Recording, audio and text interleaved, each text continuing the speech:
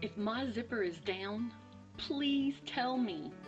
Seriously, don't let me wander through Walmart giving strangers access to information that should have remained behind the veil. Just tell me. Because the problem isn't that it's embarrassing.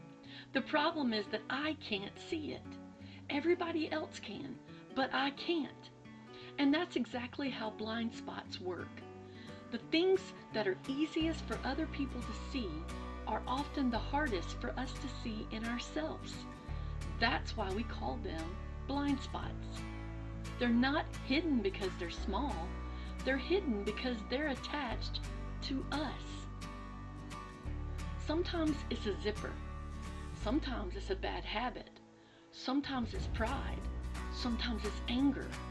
Sometimes it's the way we speak to people. Sometimes it's something we've been doing for years without ever realizing how it affects everyone around us.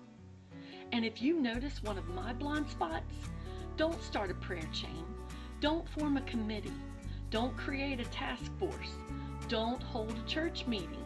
Don't launch a 6-month investigation. Just tell me. Because some problems don't need a discussion. They need a loving conversation.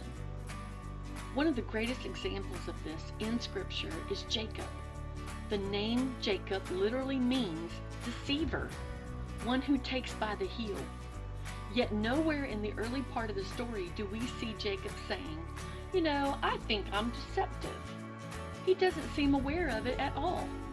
In fact, he appears perfectly comfortable with the way he operates when he deceives Esau out of his birthright.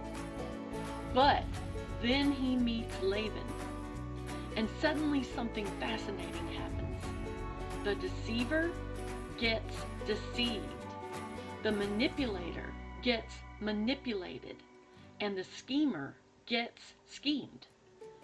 Jacob experiences from the receiving end what he had been doing all the while to others. And for the first time, what was invisible becomes visible. This is why Jesus said, first remove the plank from your own eye, and then you will see clearly to remove the speck from your brother's eye. Now let's go back. Notice that word, then. Jesus wasn't saying ignore the speck. He also wasn't saying pretend problems don't exist. He wasn't saying discernment is wrong. He was saying deal with your own blindness first. Because people who have faced their own blind spots become much gentler when helping others face theirs.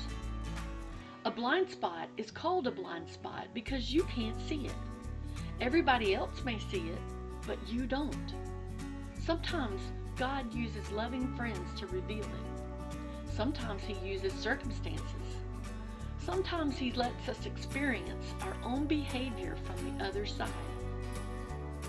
Not because He hates us, but because He loves us. That's not condemnation. That's growth. That's transformation.